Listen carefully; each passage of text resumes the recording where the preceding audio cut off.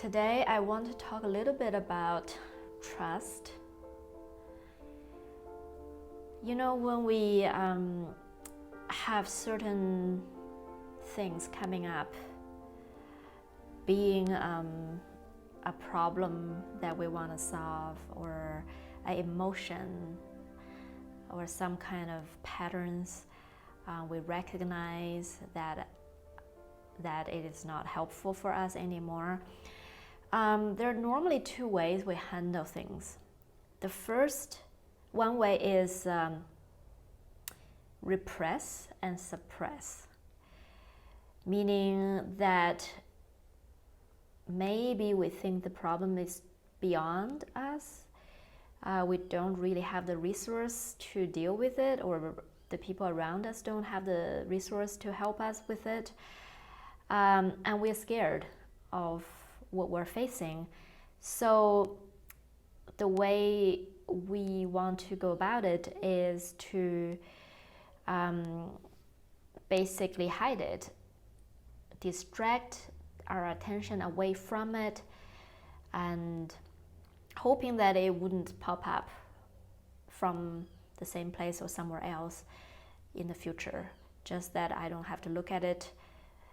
And a lot of that can be very unconscious. We're not really actively saying to ourselves that, okay, this is a problem, but I don't have the resource to deal with it, so I'm just gonna repress it and push it under the carpet. Normally there is not such awareness. We basically just feel the pain or feel the stress, and clearly there was no alternative available in our conscious awareness. So, and we all want to be happy. We all want to feel the relaxation. So we just naturally go toward distraction or not looking at it. So that is one way of dealing with it, and I recognize that way a lot before I was on the journey with A Course in Miracles, because I basically didn't have the tools to understand my problems, and I didn't really have the tools to understand myself and my emotions. And I perceived that people around me, like my relationship partners, they didn't have the tools to understand me or what was coming up either. So basically, it was just how it was. And then there is a second way of dealing with things, which I also recognize, especially after I got the tool. I got this amazing A Course in Miracles, and started to feel that I really have the resource, and I have a lot of help, a lot of mighty companions around me, and I actually have what it takes to handle the problems. So the second way was that I would want to overcome it, and not even completely conscious that I becomes this hero of the dream, or in this awakening journey for myself. I have the knowledge, I can do analysis, I know the ego pattern now, and I know the ego tricks, and no, you can't fool me, the ego. And I would actually also, I do not want to deny that completely, because there is a fine line, there is authenticity when we actually see the ego and the pattern, and we basically are not attracted to it anymore. That is how healing happens, and we just really started to see that is not me, that is not what I want, and it is not what I would choose. But what I'm talking about is along the journey, I acknowledge this second way of handling problems and emotions and healing process by feeling it's up to me now. And because I studied it all, I know the ego dynamics, I can actually work it out in my mind. So one is repression, the other one is overcome.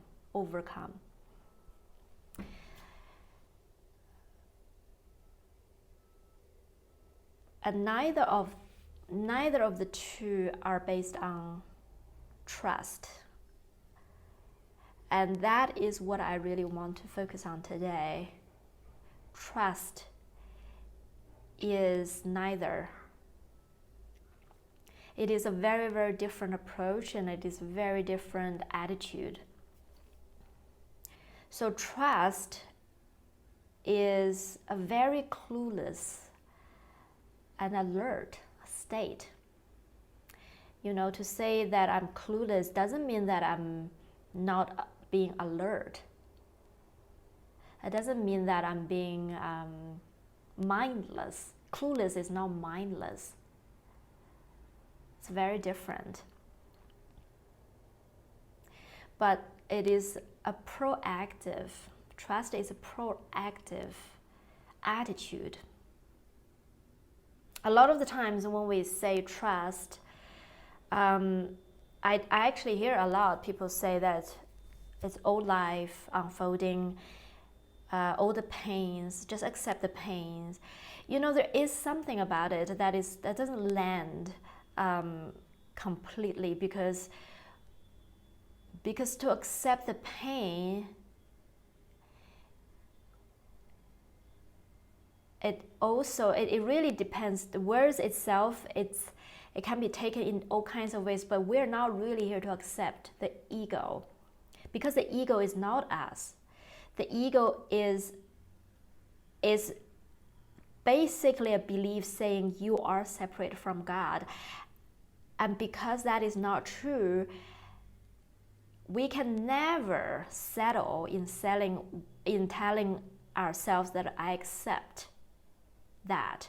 I accept what is not true and can make peace with that. It's not happening. And the pain and all these ego emotions are based on that belief. So in that way, to say that we should accept our pain and see that is part of life, in a way, I would say that, okay, let's not judge what is unfolding.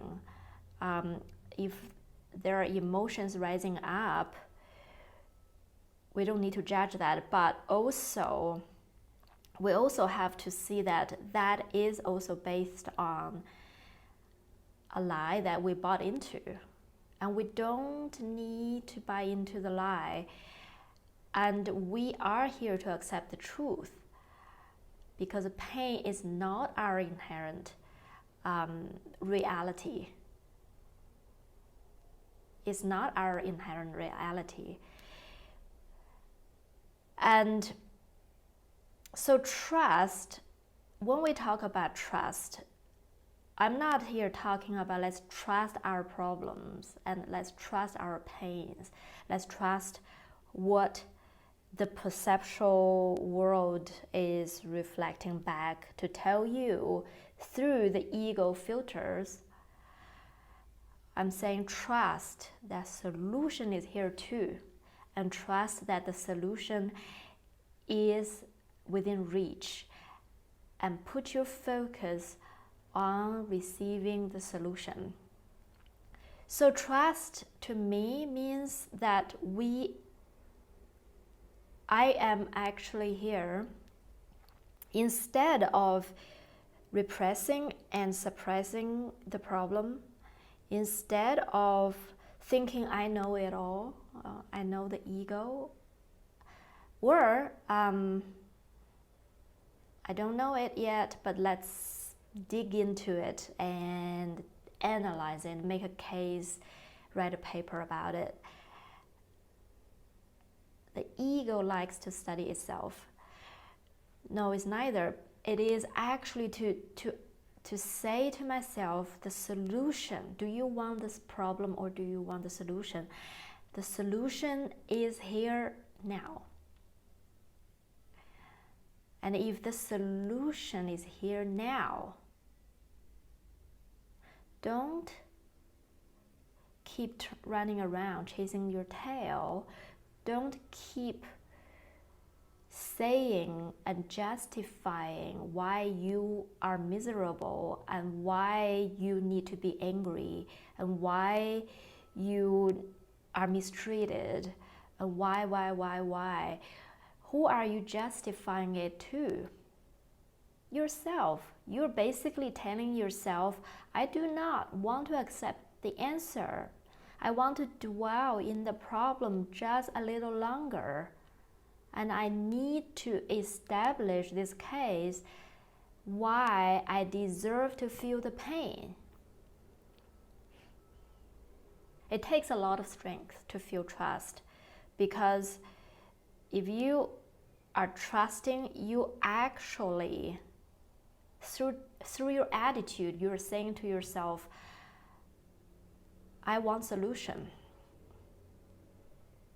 And I do not want to hold on to pain, because I know better, that I know that there is a solution, and I just need to focus on finding it or accepting it. And there is one sentence in A Course in Miracles that says, if the goal is missing the mark, the goal that you're searching is meaningless, basically. Meaningless means it's not the truth. Like if you're searching within the ego's realm, if you're searching pain, or let's say in this case, if you're searching to justify your pain,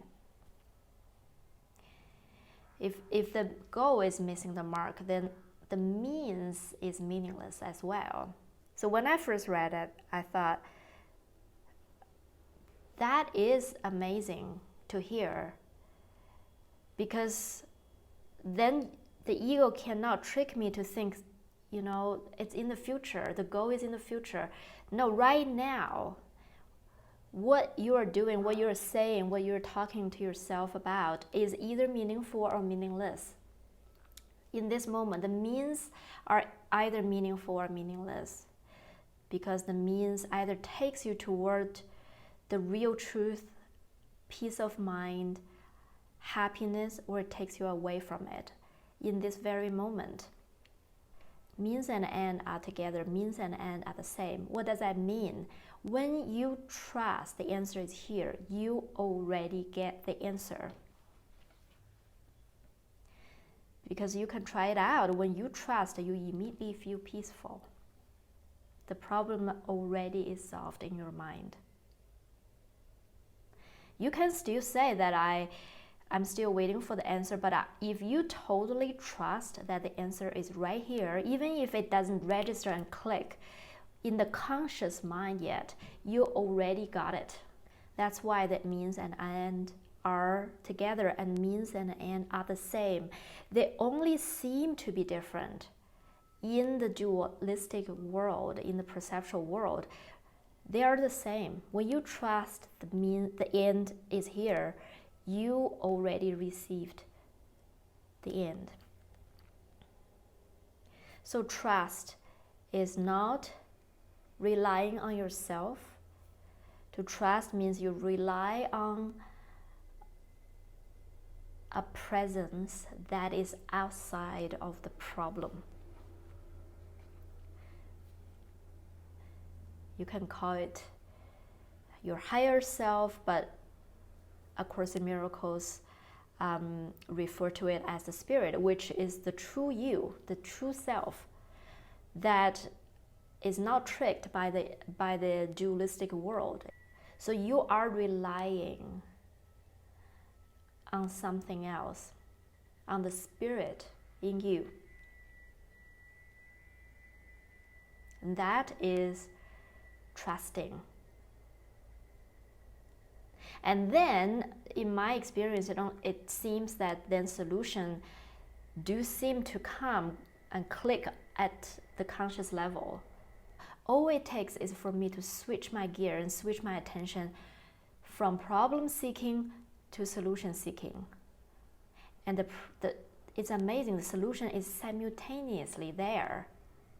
It clicks later on as if time is needed, but really I see it is there all along. You know, what you're engaging in when you pray, the things you're reading, the text message that comes in right in that moment, the song that you're listening to, they are the solution if you pay attention to it. A lot of the times it only clicks to me afterwards. But when I actually click my mind into the trusting mode, these things start to be recognized much more easily. Because my mind is not focusing on trying to convince myself or other people how I was right about my upset anymore.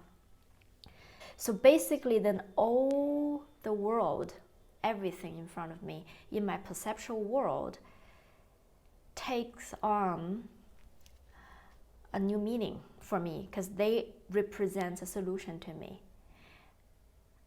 And I look around, I cease to see problems because suddenly they're all symbols that could be provided by the spirit to provide a solution.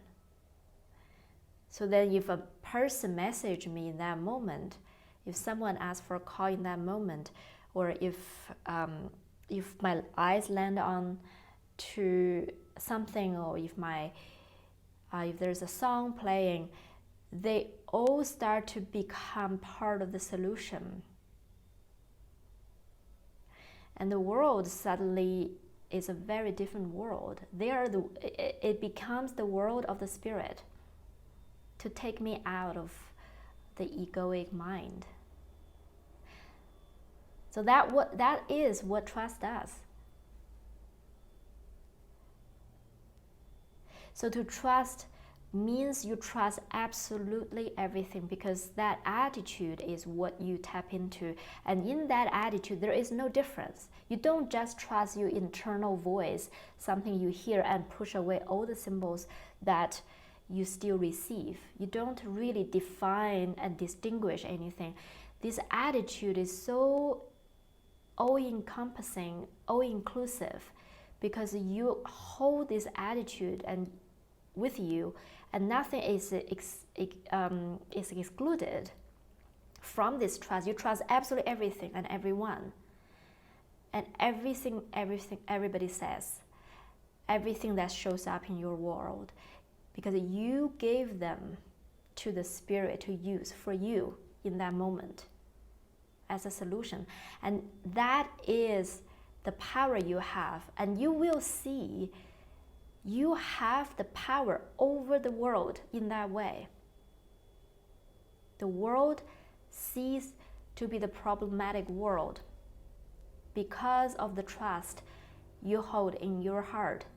And the trust is not given to this egoic self. The trust is not given to the problem. The trust is given to the spirit in you, who can see truly, who can use the symbols and interpret the symbols truly. And because you trust the real source of truth, then you can extend the trust to the perceptual world.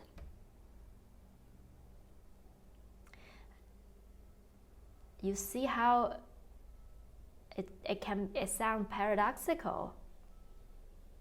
You do have to trust the spirit first, then you can trust. In that place, everything the spirit perceives, the spirit interprets, can be trusted as well. But it's total. It's completely total.